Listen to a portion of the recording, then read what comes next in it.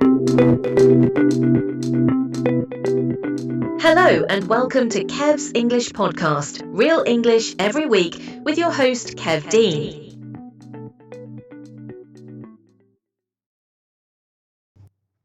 Hello. It's Kev here. Back so soon. Only 2 days after my last episode of Kev's English podcast. Now on the EnglishNative.com. Let me just close my office window so I'm not interrupted. And let me tell you something. Now, if you listen to my previous episode, which was 2 days ago, I think, I was talking about last week and actually this week too. It's Tuesday the 22nd. So last week I got a lot of new Chinese IELTS students. I think it's because somebody shared something on Xiaohongshu on Red Note. So I got a lot of new students. Quite interesting. The thing was, most of them, I think all of them, they'd taken IELTS 2, 3, 4. I think one girl took it 5 times, and every time they got 6, 5.5, 6, 6, 5.5, and infinitum. So they're stuck. You know, every time they take it, we're not making any progress. They're getting 6 every time. So, based on my long years of experience with students all over the world for IELTS, and most of them in China, because don't forget, I used to live in China a long time ago. I used to have jobs there at college and so on. So I do kind of know a bit about how it works, not just for the Chinese, but for other country candidates as well. And I was explaining about what mistakes they kind of make, what the tendencies are. They give too short answers, they're too formal, not natural, they don't develop the vocab, they're using repetitive language all the time, etc. Now, what I wanted to talk about today is unrealistic expectations, or why your IELTS progress isn't as fast as you think it should be. The main reason is people don't prepare correctly, they don't give themselves sufficient time, and they misunderstand the nature of IELTS, what it is they're actually doing and what they should be doing to get a high score. Instead of focusing on tips and tricks and hints and what's the latest topics and questions, what they need to do is to instead develop their overall English ability. That's it. Not rehearsing questions and topics. That doesn't work. So, one of the most common things that I hear, I need a 7, I need a 6.5, but I'm stuck at 6, I'm stuck at band 5.5. And I'm going to explain why moving up even half a band score takes much longer than you think it actually should. More importantly, I'll explain what you should be doing to make that progress occur. So, talk about expectations. The myth of fast progress, as it were. So, in China, especially, other countries too, but there's a strong cultural belief that hard work brings fast results. The more that you study, the more test practice, the more courses, all of this should mean faster improvement. But IELTS doesn't work in that way. That's a misconception. What the IELTS is actually designed is to measure your real world English ability. Especially in the speaking, can you naturally interact with a native speaker? Can you communicate in English naturally, yes or no. Not, can you memorize this answer? What do you know about this particular topic? What band 9 vocabulary you can recite? What idioms you can memorize and insert into your speech? What complicated grammatical structures you can include in your speaking? It's none of that. It's none of that. It takes time because it involves changing how you think, how you write, how you speak, how you understand. It's about developing deeper language skills, not surface stuff. So let's break it down. What's the difference? So this is all based on the criteria. You can find it, the public version, it's freely available. So band 5.5 means you can communicate, but your grammar might be a bit off, your vocab is repetitive, you give too short answers, etc. A 7 means that you can clearly and fluently express ideas. Your vocab is more precise. For example, one of the recent questions is flowers. So I asked, the girls last week, do you like flowers? Oh, I like flowers. Flowers are great. We were flowers, flowers, flowers, flowers, flowers, flowers. I said, yeah, but is it like roses, chrysanthemums, tulips, orchids? What is it? Or like international food. In your city, can you find international food? Oh, international food, international food, international food, international food. Yeah? So, more precise vocabulary, and you sound natural, less rehearsed.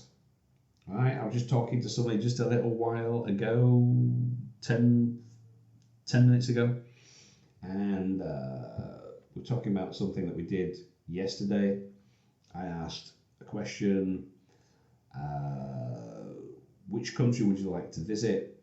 And she says, in regard to the question of which country I would wish to visit, blah, blah, blah.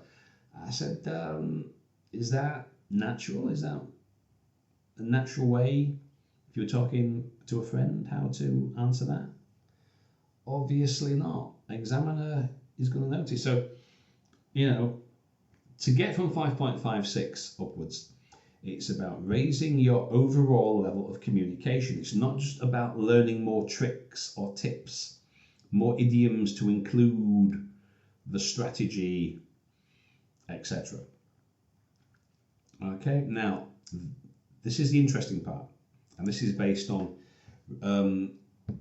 research. This is based on research by the University of Cambridge, obviously people who do the IELTS test, and there's other studies available. So if you ask most teachers, right, and you say, how much time, all things being equal, to move up one complete band, whether it's from a pre-intermediate to intermediate to upper intermediate to advanced, or the IELTS go from 5 to 6 to 7, etc. Right? So according to Cambridge, if you search this or you ask Chat GPT to show you the studies, okay. So according to them, it typically takes about 200 hours of study to improve by one band. 200 hours. Now that's not 200 hours of tuition with a teacher. That's you doing 200 hours of deliberate study or practice, listening, reading, writing, speaking, getting feedback, etc. So if you're at 5.5 and you need 6.5 or 7, realistically, you need to be doing 6 months. If you're doing 8 to 10 hours a week, it's going to take you 6 months maybe to reach those 200 hours. And it needs to be productive, active, not just doing test, or watching random videos on the internet. That doesn't work. That doesn't work.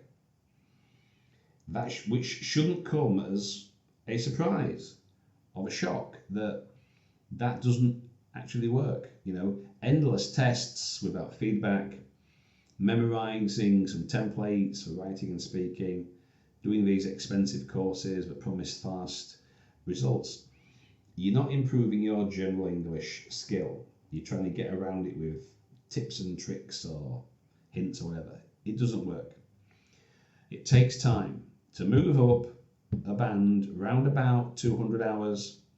Obviously, there's many variables involved, but in general terms, that's what Cambridge says. That's what most linguistic academics would argue. So, what does work? Honest feedback, detailed feedback from an experienced person or teacher, right? Practice every day. Real English, authentic stuff that natives use, writing, reading, listening, and speaking. Identifying your weak points and working on those, gradually building your vocab accuracy and confidence. IELTS measures your English, not your ability to memorize strategies, hints, and tips. The only reason why I tell students the strategies is because, for the most part, they come and they've got a week, a day, a couple of days, 2 weeks, maybe 3 weeks to get a certain score. And in that time, there's not a lot, there's a limited amount we can do. I can guide them. There's a limited amount that we can do because they don't have sufficient time. So that's why I give them some strategies to maximize their score, especially for the speaking. It's all, realistically speaking, I can do. So, what's the main idea here? So, if you really want to get a good IELTS score, focus on becoming a better user of English. Not just a better IELTS taker, learning strategies and hints and kind of tips, constant testing. Constantly testing. All that a test does, it tests what you know when you take the test. What a surprise. So, once again, all that a test does, it tests what you know when you take the test. It doesn't help you to learn anything new. It doesn't teach you any new vocabulary. It doesn't teach you any new grammatical structures. It doesn't help you to improve your fluency by naturally speaking. It doesn't. How can it? It's a test. It tests what you know when you take the test.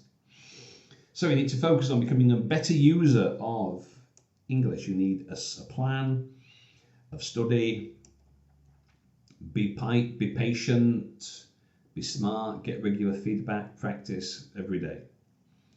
I know you might not like this, but slow, steady, incremental improvement. So if you want to find the article, because I can't give you a link here, all you've got to do is search into Google or into your search engine, how long does it take to improve IELTS Cambridge? It's out there, you can find it in a couple of seconds, and it confirms what I'm telling you. So anyway, thanks for listening. Hope this episode helps you reframe how you think about IELTS. If you want help with feedback, your planning, etc., feel free to reach out, contact me anytime, wherever you're listening to this, watching. Links below, etc. You can contact me. You can find me on italki. If you're not listening to this on italki, all you got to do is type in italki, I-T-A-L-K-I, plus Kevin, a Dean, native English a teacher, and you'll find me in a second. And of course, if you're listening wherever, check out my channel on YouTube, The English Native, and my podcast site, theenglishnnative.com. Anyway, that's enough for today. I've got some more students coming in a little while, so I'll call that quits. Hope it helps, and hopefully see you next time. Or, well, maybe speak to you next time. Okay, bye for now.